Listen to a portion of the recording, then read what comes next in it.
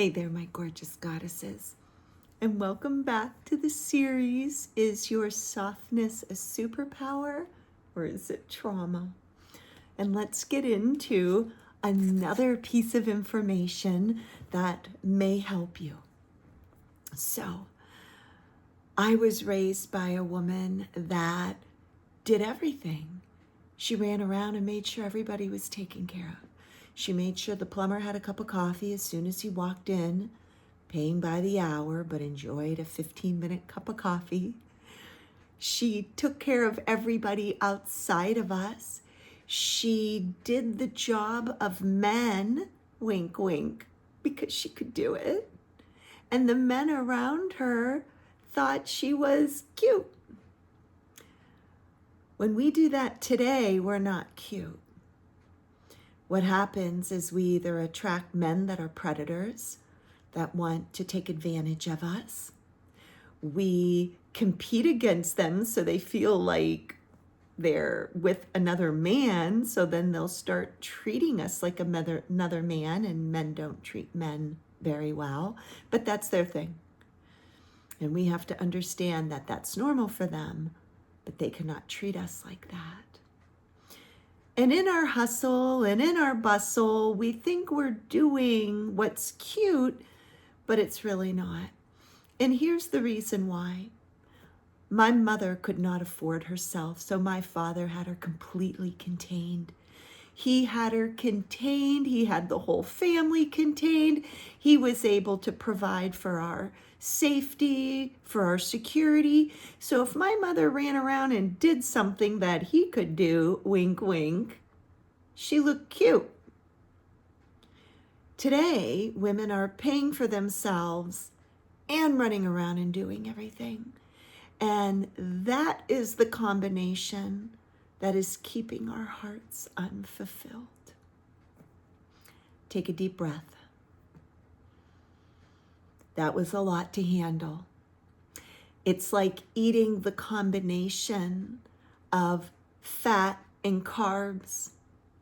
That is not going to give you the hot, romanced body. You have to know that those two things together are going to wreak havoc. So when women are paying for themselves and they're running around doing everything, men don't see us as women. We are in our trauma. When we can sit back and relax and allow the men to, wink, wink, take care of us and put up the tent and put air in the car tire, then we are in our superpowers, because we are in our stillness. We are in our softness. And that takes a lot of regulation.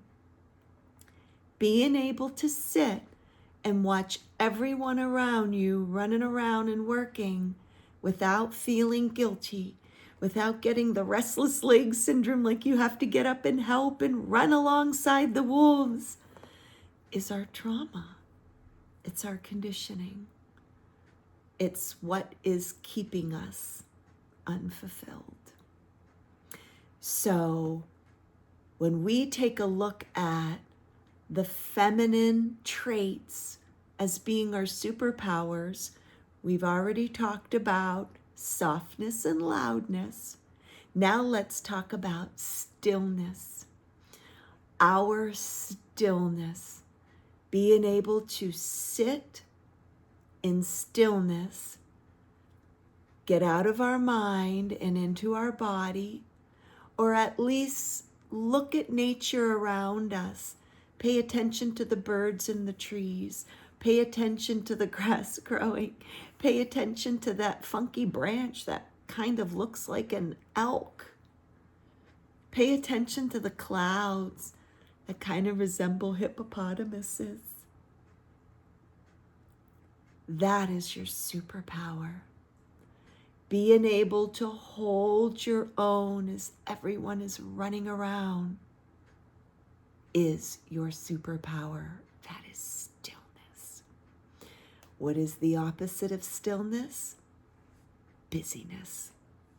when you keep your little human busy doing all the human things you need to do, because there's a lot we need to do in a day. Besides our daily routine and our daily hygiene, which take a lot, we have to take care of our survival, or we have to take care of getting ourselves to and from things, filling up the fridge, making food, cleaning the house, doing all those things that we absolutely need to do to survive in our high vibe environment. We also need to still ourselves, to find stillness inside our bodies, at least every day, and create a routine. Stillness is power. Busyness is trauma. Watch the women running around you, busy doing everything, taking care of everybody, making sure people have their socks on, making sure bags are packed, taking the hit when somebody makes an icky comment, but you're too busy to even realize it, so you just roll your eyes and move on. This is what makes us feel unseen. Our stillness catches the eye of first men, because they're hunters and they live around other men that are running around being busy. So when they see a creature in her stillness, that gets their attention. They may not know what to do with it, but that gets their attention. When other women see a woman in her stillness, that gets their attention. Immediately she becomes a threat, until someone gets to know her.